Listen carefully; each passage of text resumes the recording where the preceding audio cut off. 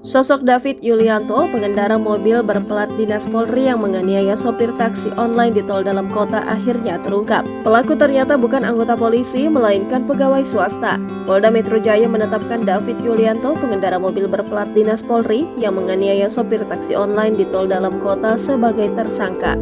Kabid Humas Polda Metro Jaya, Kombes Truno Yudo Wisnu Andiko kepada wartawan Jumat 5 Mei 2023 membeberkan identitas David Yulianto setelah berhasil ditangkap tim gabungan polisi di apartemen M Town Residence Serpong, Tangerang Selatan, Banten.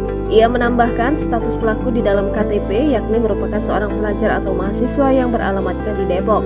Ia menegaskan pelaku bukanlah anggota Polri.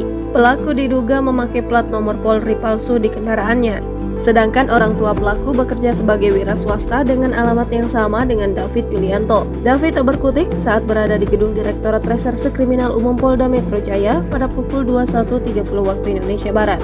Pengemudi yang memalsukan plat dinas Polri itu berkulit putih, berambut hitam, dan bertubuh gempal. Saat digelandang penyidik, David tampak mengenakan baju tahanan berwarna oranye bertuliskan tahanan. Kedua tangannya terborgol menggunakan kabel tis berwarna putih saat dibawa masuk ke ruang pemeriksaan.